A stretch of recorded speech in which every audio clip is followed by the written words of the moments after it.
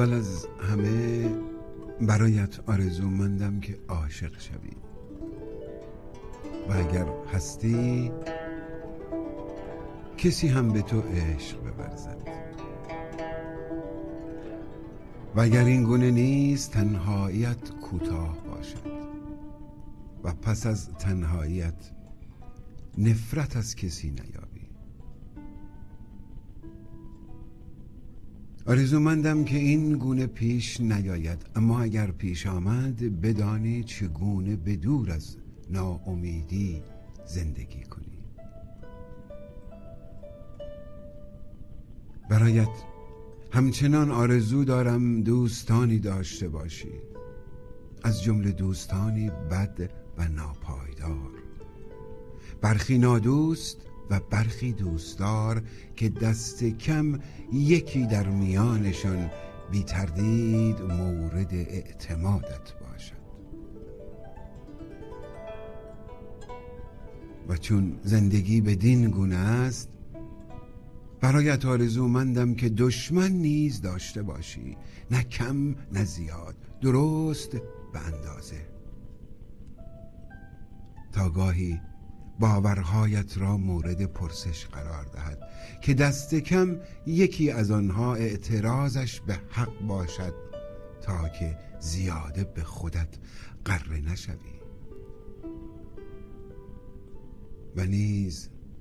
آرزومندم مفید فایده باشی، نه خیلی غیر ضروری، تا در لحظات سخت وقتی دیگر چیزی باقی نمانده است همین مفید بودن کافی باشد تا تو را سر پا نگه دارد. همچنین برایت آرزومندم صبور باشی، نه با کسانی که اشتباهات کوچک می کنند، چون این کار ساده است، بلکه با کسانی که اشتباهات بزرگ و جبران ناپذیر می کنند و با کار برد درست صبوریت برای دیگران نمونه شوی.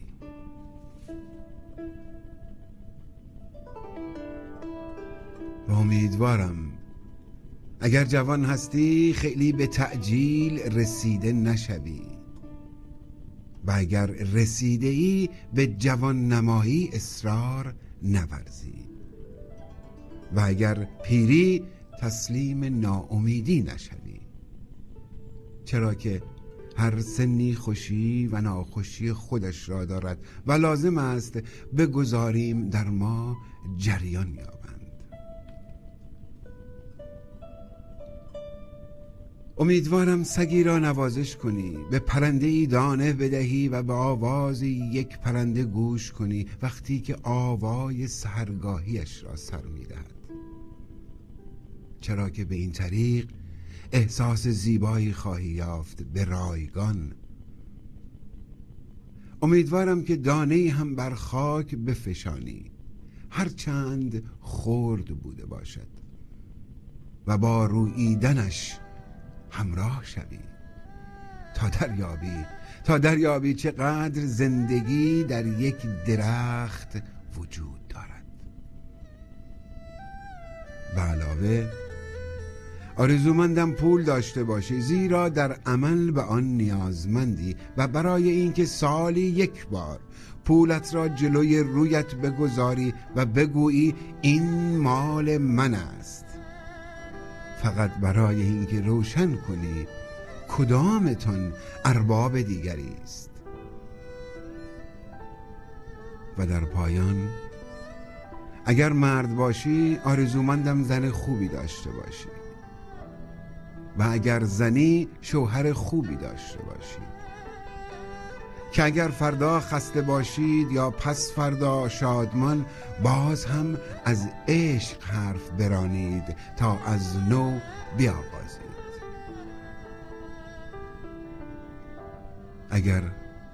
همه اینها را که گفتم فراهم شد دیگر چیزی ندارم برایت